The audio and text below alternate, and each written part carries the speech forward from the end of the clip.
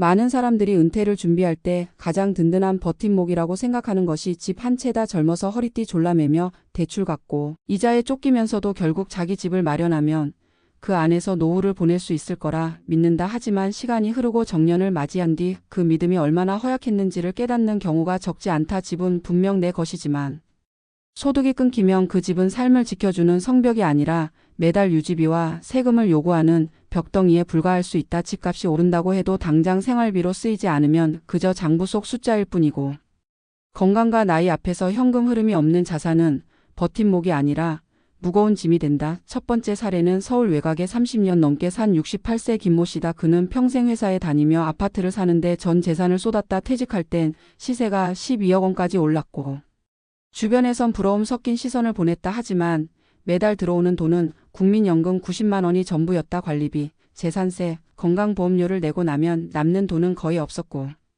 물가가 오를수록 손에 쥔 돈은 줄어들었다. 생활비를 충당하려고 결국 대출을 다시 받아 집을 담보로 돈을 쓰기 시작했고 5년 만에 대출이 불어나자 그 집은 더 이상 안식처가 아닌 불안의 근원으로 변했다. 그는 결국 집을 팔고 소형 빌라로 이사하며 차액 1억 원을 현금으로 확보해 간신히 생활을 이어가고 있다. 두 번째 사례는 부산에 사는 63세 이모 씨 부부다. 이들은 은퇴 전까지만 해도 집 한 채가 있으면 먹고 사는데 문제 없을 줄 알았다. 하지만 장남이 결혼하며 전세 자금을 빌려주고 시골에 계신 부모님 병원비까지 지원하다 보니 저축은 거의 남지 않았다. 은퇴 후 몇 달은 모아둔 돈으로 버텼지만 금세 바닥이 났고 결국 살던 집 일부를 월세 세입자에게 내주기 위해 벽을 새로 세우고 구조를 바꿨다. 처음엔 불편했지만 월세 40만 원이 들어오면서 숨통이 트였다. 그 돈으로 공과금과 생활 필수품을 해결하니 연금이 비로소 여유자금처럼 느껴졌다. 그는 지금도 그 결정을 은퇴 후 가장 잘한 선택이라 말한다. 세 번째 사례는 강원도에서 은퇴 생활을 시작한 70세 박 모 씨다. 그는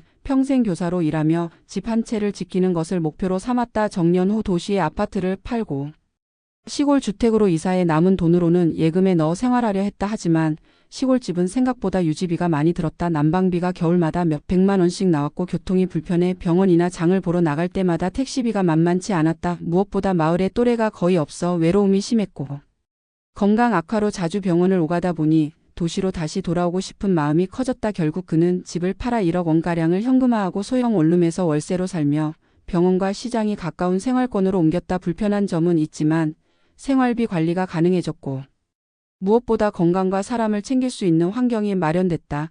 이 세 가지 사례가 보여주는 공통점은 분명하다. 집 한 채가 은퇴의 안전망이 되려면 그 집이 현금 흐름을 만들어내야 한다는 점이다. 아무리 가치가 높은 자산이라도 매달 생활비를 마련하지 못한다면 그것은 비상시에 처분해야 하는 비유동 자산일 뿐이다. 따라서 은퇴 후에는 집을 유지할지 일부를 임대할지 아니면 규모를 줄이고 차익을 현금화할지 전략적으로 판단해야 한다. 현금이 손에 들어오면 예금과 투자, 상품을 적절히 섞어 월별 현금 흐름을 만드는 것이 중요하다. 또한 집이 없는 경우에도 두려워할 필요는 없다.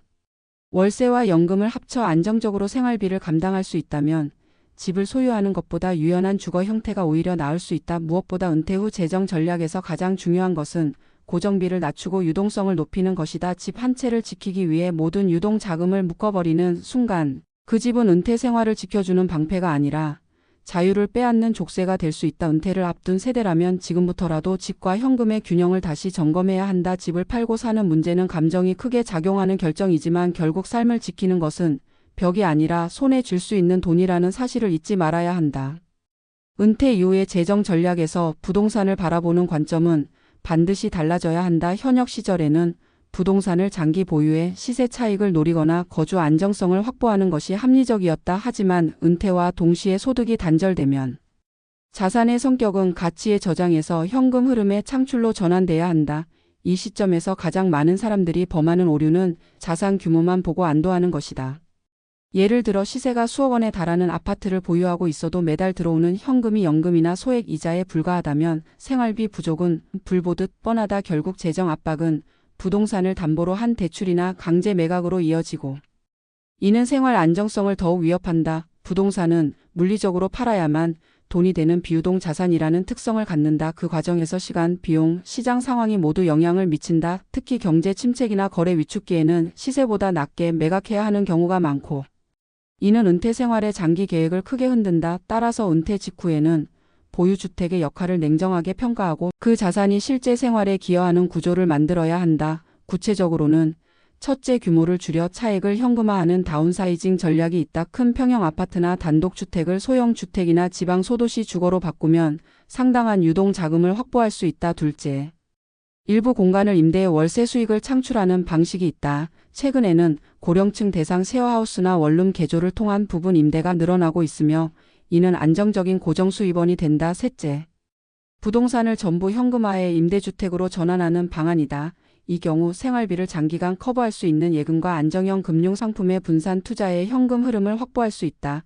이 과정에서 중요한 것은 단순히 주거비를 줄이는 것이 아니라 현금 순환 구조를 만드는 것이다. 매달 고정비가 소득 범위 안에서 해결돼야 하며 예기치 않은 의료비나 물가 상승에도 대응할 수 있는 여유 자금을 마련해야 한다. 주택을 현금화할 때 가장 큰 걸림돌은 심리적 저항이다. 평생 모은 집을 파는 것은 상실감과 불안을 동반한다. 그러나 전문가의 입장에서 보면 집을 지키는 것이 곧 삶을 지키는 것은 아니다. 집을 유지하면서 재정이 마이너스로 돌아서면 건강관리, 인간관계, 삶의 질 전반이 무너진다. 반면 규모를 줄여 현금을 확보하면 의사결정의 폭이 넓어지고 의료, 주거, 여가 등 다양한 영역에서 선택지가 생긴다. 특히 은퇴 초기 5년은 재정 구조를 안정적으로 세팅하는 골든타임이다.